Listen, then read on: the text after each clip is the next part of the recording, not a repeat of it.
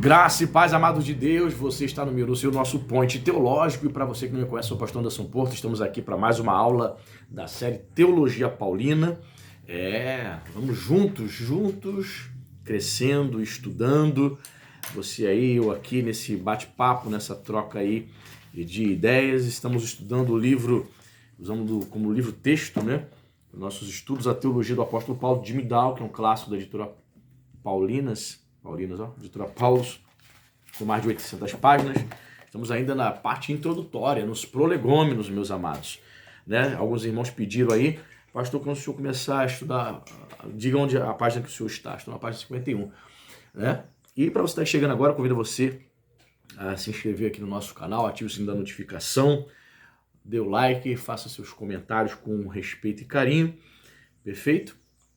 E você pode se tornar-se aí um ajudador desse canal, você pode nos ajudar de várias formas. A primeira é dando um like, comentando, já ajuda. A segunda é você compartilhando esse vídeo, se você entende que esse vídeo é importante, abençoa a sua vida. Compartilhe com os grupinhos de Facebook, WhatsApp, até mesmo no seu Facebook, grupinhos de seminário, dos estudantes que você conhece. Perfeito?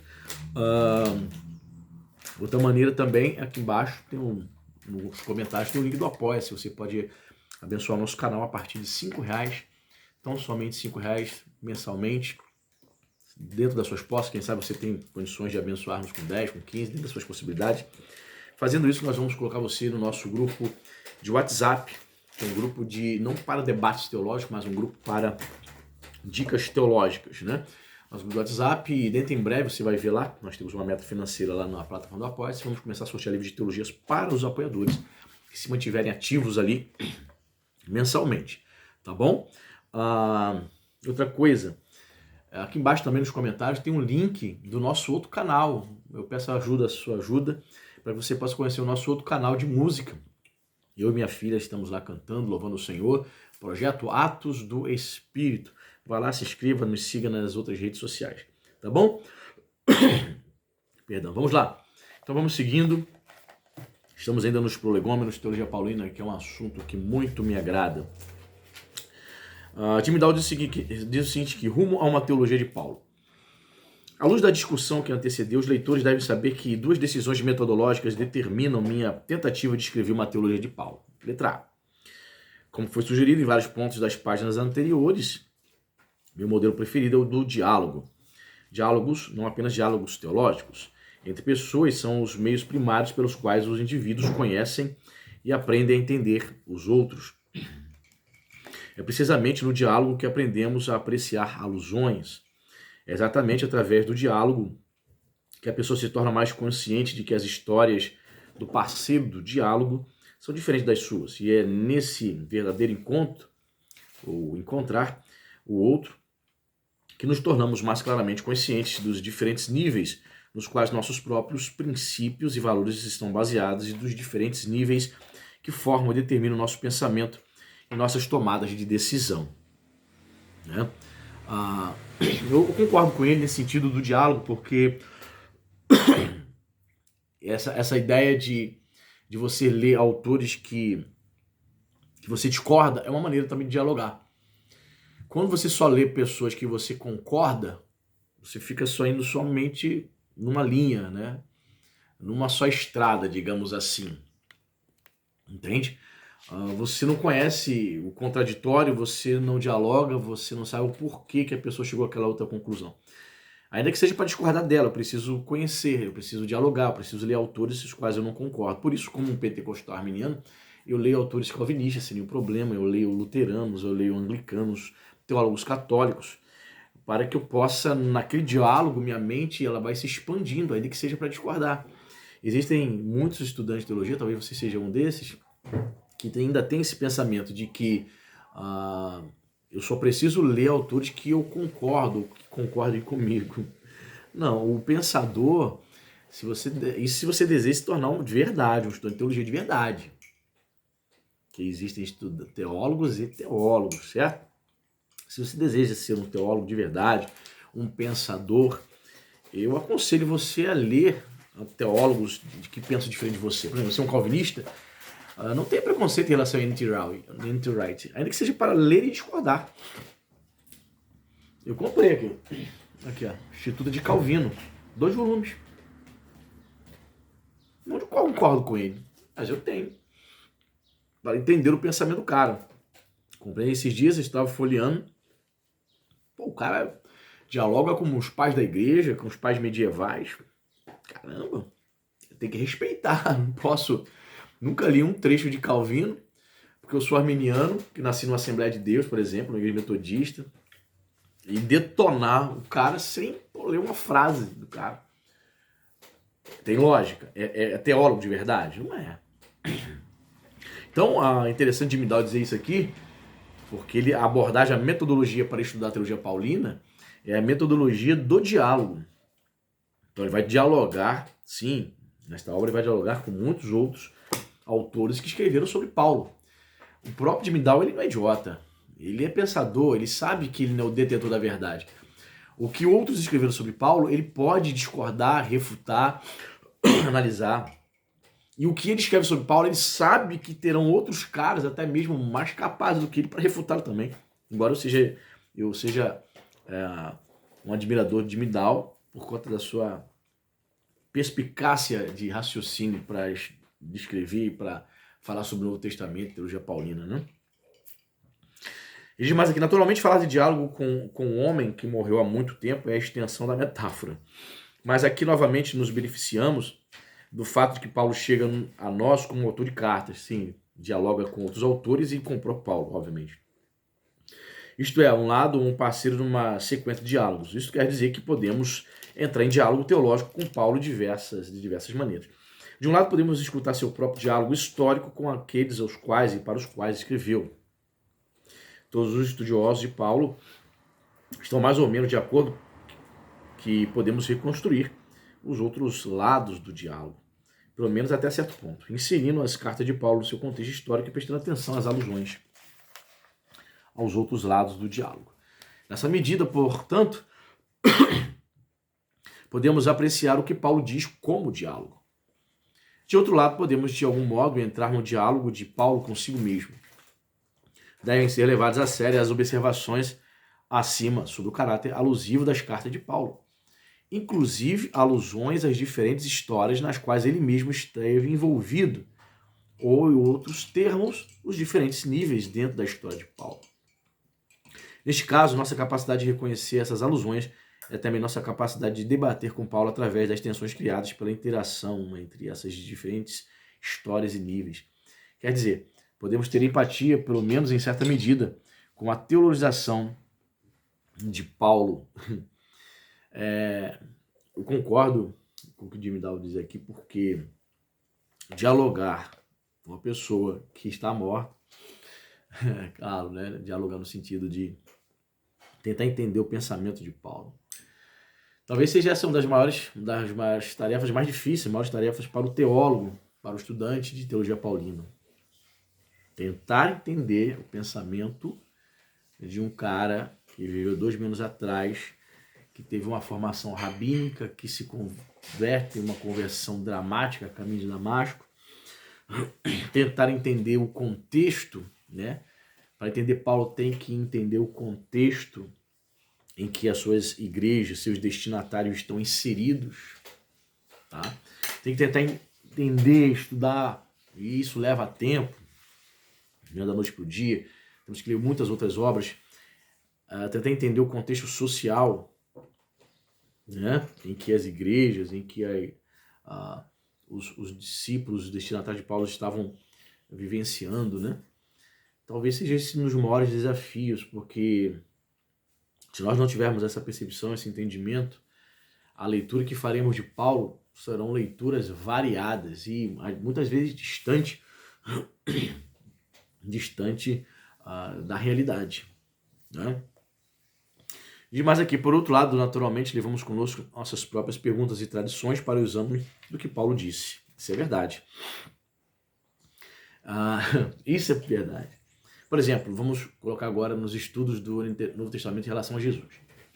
Você pega o Rudolf Bultmann, que foi um grande teólogo aí, especialista no Novo Testamento alemão do século XX, taxado, né, por muitos como herege, né, por conta de seguir, né, muitas premissas da teologia liberal, quando ele se debruça, a gente percebe que quando Bultmann se debruça sobre os escritos dos evangelhos, ele se debruça com pressupostos. Que pressupostos, pastor Anderson?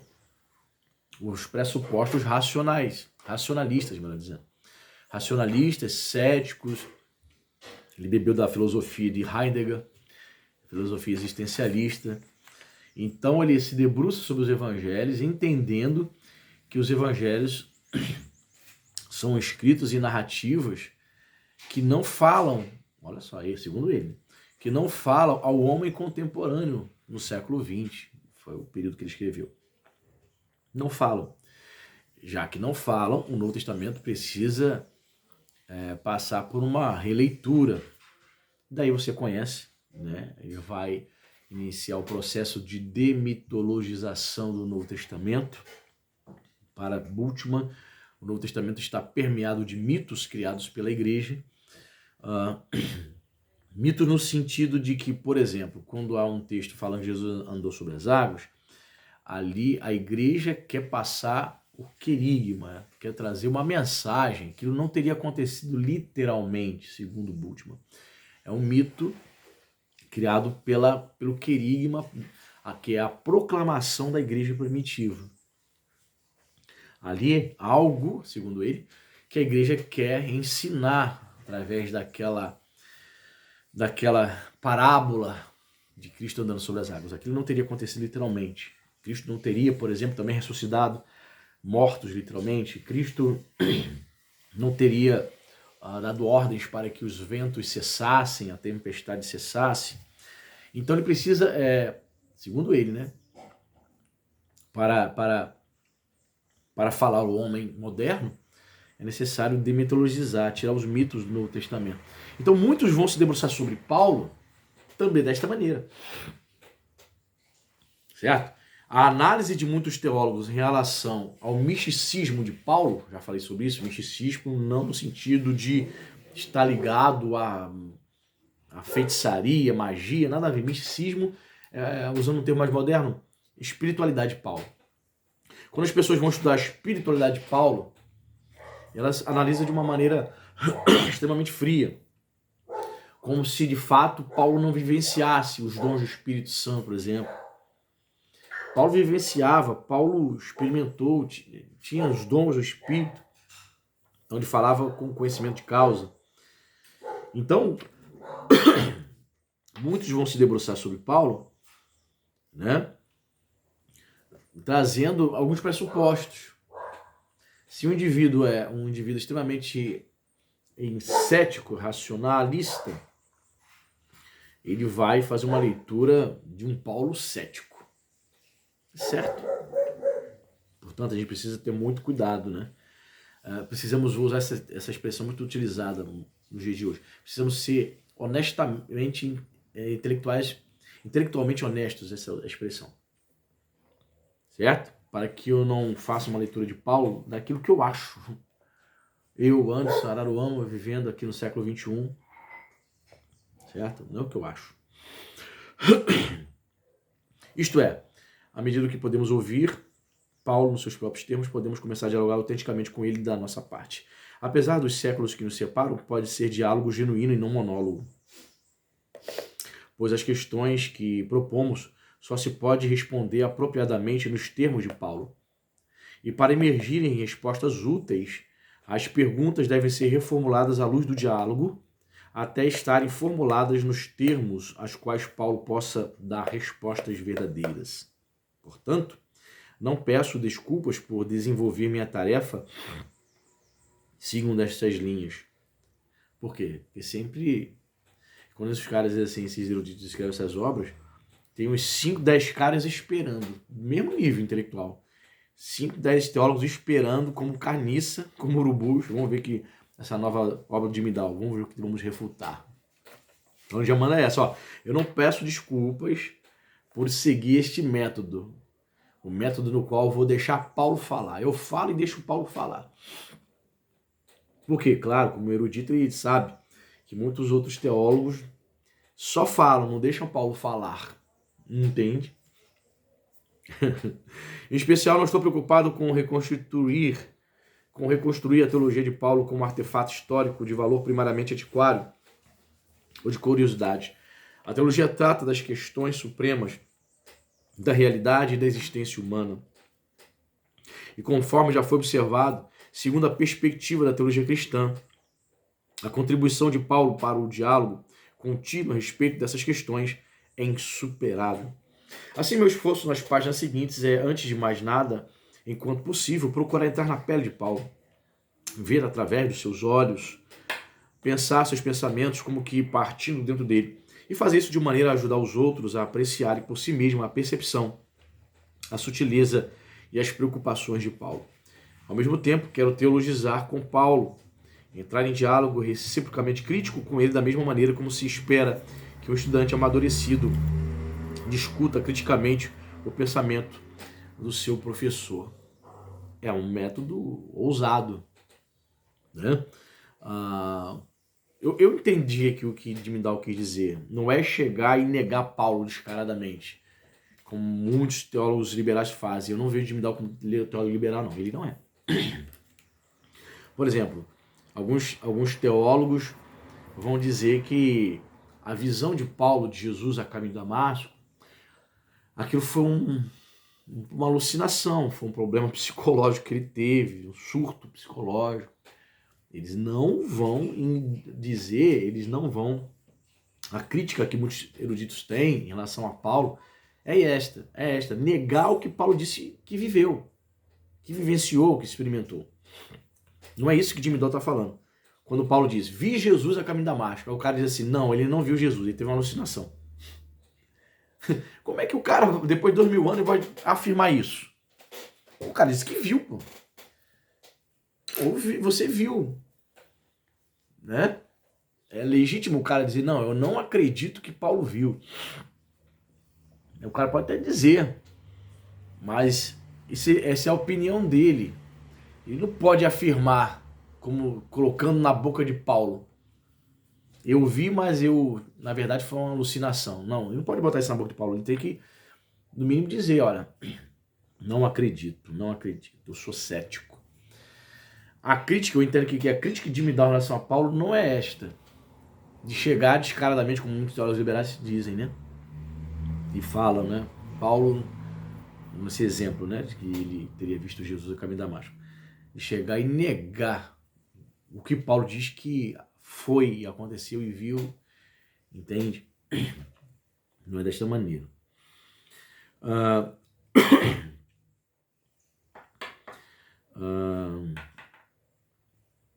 A teologia trata das questões supremas da realidade da existência humana, e conforme já foi observado, segundo a perspectiva da teologia cristã, a contribuição de Paulo para o diálogo continua a respeito dessas questões é insuperável. Assim, meu esforço nas páginas seguintes é, antes de mais nada, enquanto possível, procurar entrar na pele de Paulo, ver através de seus olhos, pensar seus pensamentos, com que partindo dentro dele e fazer isso de maneira a ajudar os outros a apreciarem por si mesmo a percepção, a sutileza e as preocupações de Paulo. Eu já tinha lido até aí, né? Ao mesmo tempo, eu quero teologizar com Paulo, tem diálogo reciprocamente crítico com ele da mesma maneira como se espera que um estudante amadurecido escuta criticamente o pensamento do seu professor. Até tinha lido, perfeito. Agora seguimos. Naturalmente, um diálogo um a um dificilmente exaure toda a riqueza da teologia de Paulo. E apesar das numerosas notas de rodapé nas páginas que seguem, a tentativa de introduzir outras vozes no diálogo permanece limitada. Por outro lado, o modelo de instrução através de diálogo, um a um, permanece instrumento valioso para ensinar e aprender. Embora esteja rapidamente desaparecendo nas universidades britânicas no nível de graduação, e guardo a esperança de que o diálogo continue através e além das interações críticas dos resenhistas deste livro. O que ele fala aqui é a verdade. O que está, no momento que eu gravo esse vídeo, o que está mais em voga, principalmente no último ano, no ano de 2020 da pandemia? Muitas universidades, muitas faculdades já estavam dando enfoque nos ensinos de EAD, né? Graduações à distância. Mais do que nunca. Veio a pandemia, fechou a universidade, a escola, mais do que nunca. Eu conheço faculdade de teologia que tinha mestrado, doutorado presencial. Acabou. Descobriram que um curso de mestrado, de doutorado e bacharel EAD captou pessoas de todo o estado, de todo mundo. A pessoa faz EAD. Agora, e na minha opinião, perde-se muito. é tudo muito diferente. EAD, por mais que você veja as pessoas ali, né, como se fala, numa conferência de professor, não é a mesma coisa, cara. Você senta tete a tete professor com alunos, no momento do intervalo, a troca de ideias, né? Quando eu fazia minha pós-graduação, no sábado o dia todo, poxa, vinha o almoço, a gente sentava, a gente continuava falando sobre a aula, sobre as questões analisadas em sala durante o almoço, voltava do almoço e seguia ali, presencial, professor, aluno. Enfim, eu percebi que o pessoal, tipo assim, os gastos são menores, né, para a instituição, porque não gasta luz, com ar-condicionado, com luz, com iluminação. O professor não se desloca para ir para lá para a instituição. Enfim, cada um na sua casa, mas não é a mesma coisa. E eu acho que perde-se muito nessa questão do diálogo, né? Enfim. Letra B. Ainda um último ponto precisa ser decidido antes de iniciarmos o empreendimento. Isto é, onde é melhor colocar-se dentro do fluxo do pensamento de Paulo para começar a dialogar com ele. Esta decisão é necessária. Pois se dialogarmos com Paulo livremente ao longo de toda a série de suas reminiscências e cartas, podemos acabar simplesmente numa confusão. Numa teologia de Paulo, como ele deve tê-la possuído em qualquer momento ao longo da sua atividade. A teologia de Paulo, que dá conta da sua fé logo após a cristofonia da entrada de Damasco, não será mesmo que a teologia de Paulo entre a consulta de Jerusalém e o incidente de Antioquia, porque, por sua vez, será a mesma que a teologia de Paulo antes e depois de ouvir as notícias da Galácia, que, por sua vez, não é a mesma que a teologia de Paulo durante seus intercâmbios com a igreja de Corinto e assim por diante. Isso é muito interessante também. Essa questão, mudança na teologia de Paulo. Paulo, no início da sua carreira, é um, no final é outro. Isso é muito discutido. Paulo teria mudado sua teologia, feito reformulações na sua teologia. Certo teólogo disse que teologia se faz com lápis, né? Entendeu? Certo? O teólogo disse que teologia se faz com lápis. Por que será? É algo discutível, né? Paulo teria mudado. Paulo, que escreve aos Gálatas, é um. Paulo escrevendo aos Romanos, anos mais tarde, é outro. O Paulo das pastorais, entendendo-se que Paulo escreveu as pastorais, porque depois vai entrar outra discussão. Outros teólogos não acreditam que Paulo escreveu Tito, 1 e 2 Timóteo. É o mesmo, que seria o Paulo já velho, últimos momentos de sua carreira cristã. Então, muitos vão entender que, por exemplo, em relação à parousia de Jesus, a volta do Senhor, muitos entendem que Paulo entendia ali em 1 Tessalonicenses uma volta iminente a qualquer momento. Outros vão entender que 2 Tessalonicenses, para aqueles que acreditam que Paulo escreveu 2 Tessalonicenses, muitos acreditam que ele não teria escrito, mas partindo do pressuposto que ele escreveu, muitos entendem que ele teria mudado ali a sua escatologia, a sua perspectiva. Então são questões que a gente vai, ao longo, é chamada tensão escatológica paulina, ao longo desses encontros, dessa série, pela quantidade de conteúdo aqui vai render vídeo, com a permissão do Senhor Jesus, né? E essas questões são discutidas. Tensões na teologia de Paulo, certo? Tiago discorda da relação fé-obras, discorda da teologia paulina, Paulo discorda de Tiago. Outra tensão aí. Estamos terminando hoje, né? Daqui a pouquinho terminamos aqui essa introdução para no próximo vídeo a gente entrar propriamente nos assuntos. Vamos falar sobre Deus e a humanidade, o que Paulo pensa sobre Deus e a humanidade. Mas deixa eu terminar aqui.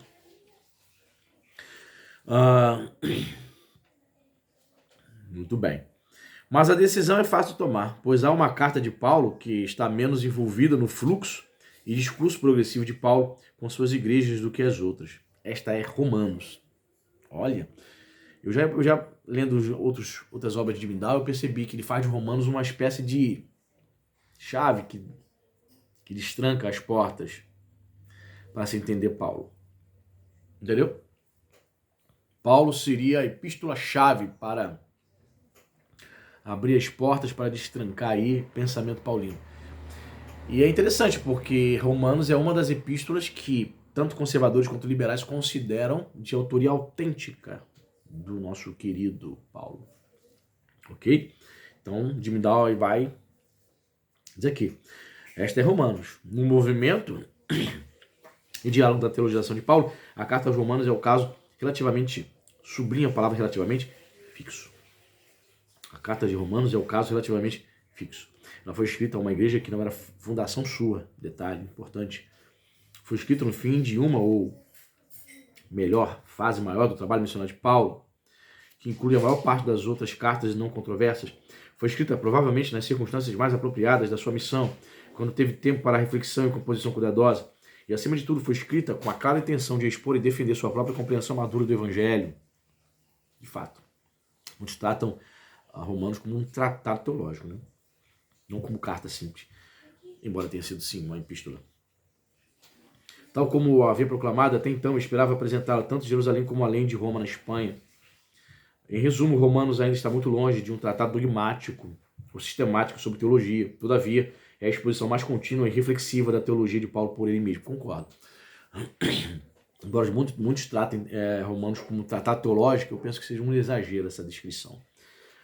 Embora, concordo com o Jim Dow, embora seja uma das epístolas de maior reflexão teológica de Paulo, se não a maior. Né? Entendendo que Efésios também seja autêntica, logo em seguida Efésios também, Colossenses, são cartas extremamente de reflexões teológicas profundas. Então, como escrever uma teologia de Paulo? A carta de Paulo aos cristãos de Roma é a coisa mais próxima que temos para a resposta do próprio Paulo a esta pergunta. O que também quer dizer que Romanos oferece-nos um exemplo da maneira que Paulo escolheu para ordenar a sequência dos temas da sua teologia. Se, portanto, quisermos entender a teologia madura de Paulo, dialogar com ele, não podemos fazer nada melhor que tomar Romanos como uma espécie de gabarito e com ele construir nossa própria exposição da teologia de Paulo, uma corda dominante para com ela afinar nossos instrumentos menores.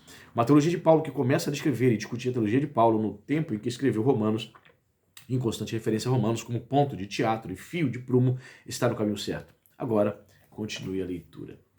Pois é, 8 aulas só para introdução. Então vamos, a partir da aula 9, vamos entrar aqui, ó, na página 55. Perspectiva de Deus. Qual a perspectiva de Deus para Paulo? Show, né? Te encontro na próxima aula. Deus abençoe.